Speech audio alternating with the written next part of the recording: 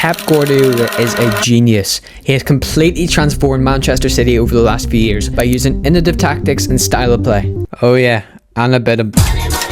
Today I'm going to show you how you can replicate Pep's tactics in the game, as well as a secret weapon he uses that changed Man City forever. Pep Guardiola joined Man City on the 1st of February 2016 after two very successful managerial careers at both Barcelona and Bayern Munich. Now the tactics he used at Man City are quite different to what he used at Barcelona and Bayern Munich. Let's start with the formation. Now Pep likes to go a bit unique with these positions. So what I would do first is choose a 4-2-1-3 formation, then follow my lead.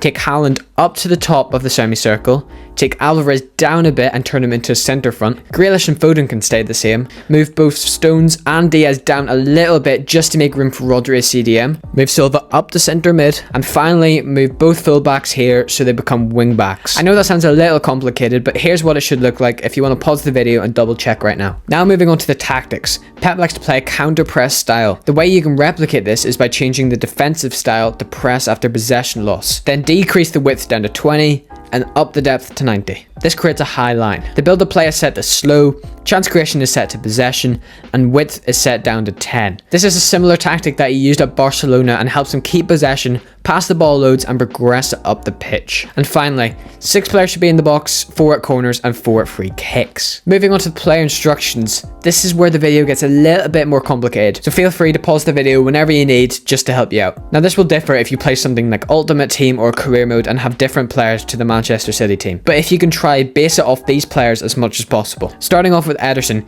he's quite simply comes out for crosses and is a sweeper keeper. The 2 centre backs stay the same. Both fullbacks should be inverted. This makes them play more down the middle. With Rodri, his defensive behaviour is cut passing lanes, and his attacking support is stay back while attacking. His defensive position is cover centre, and his positioning freedom is deep line playmaker. With Kovacic, nothing much has changed other than the support on crosses is set to get into the box for a cross, as well as positioning freedom being set on free roam, and his defensive position is cover centre. The exact same thing also applies for Nunez if you want to start him. Next up, the wingers. Let's start with Phil Foden. Defensive support is come back on defence, chance creation is on stay wide, support runs is getting behind, and support on crosses is get into the box for cross. The same thing applies for Doku or Grealish or really any other winger you're using. With Alvarez, he's kind of playing here as like a shadow striker or an attacking midfield kind of role. So support runs are on drift wide, attacking runs are set to a false 9, and his defensive support is come back on defence. And finally, the big man himself,